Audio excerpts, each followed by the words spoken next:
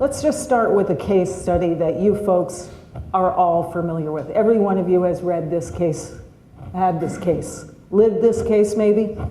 18-year-old man struggling with anxiety and marijuana addiction for approximately 2 years.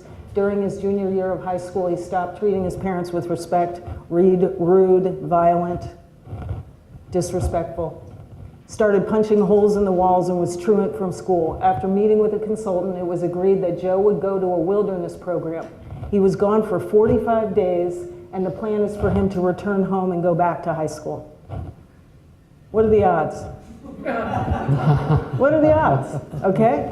He does return home a different person. He feels good about himself. He's mastered some skills out in the wilderness. He has felt great about himself. What happened to him out in that woods? So what I like to think about here is, as addicts, if we're struggling with a mental illness, if we have an eating disorder, there's a rite of passage that is going to treatment. You're sick enough, you're fucked up enough, you've done enough drugs, you've punched enough people, you get to go to treatment. So we walk through these rites of passage, except what's lost today, if we're looking at rites of passage historically, if I'm a native of the Southwest and I go through my rite of passage as a 13-year-old and I go on my walkabout because it's time for me to become a man, when I come back, the entire community, gives me a different name. I have different roles, I have different responsibilities. The entire community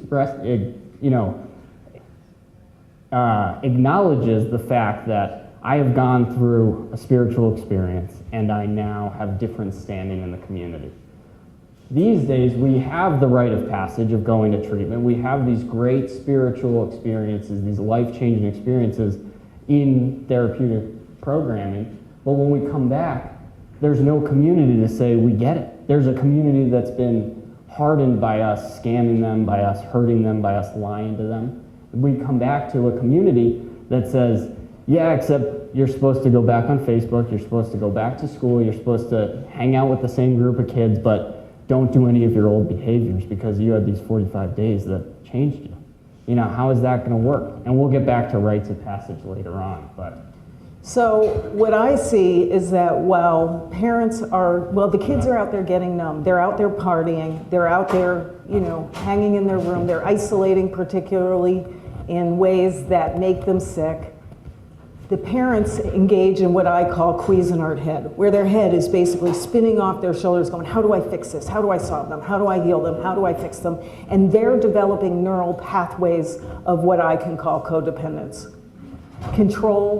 Trying to control the uncontrollable. They engage in non-productive patterns of behavior. They move from crisis to crisis to crisis without a full game plan. And so what we look at in a continuum of care is not just what we call the IP or the identified person. We look at the whole family system as needing care and as needing treatment. Everybody is on a journey. So one of the patterns that we see is those kids go off into, and I'm sorry for using kids, sometimes they're young adults, but they're all kids to me at this age.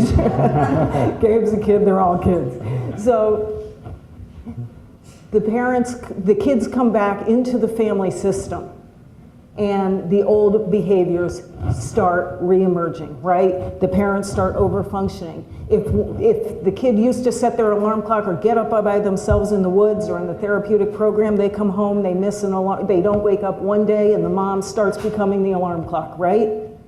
And the next thing you know is that's the new norm.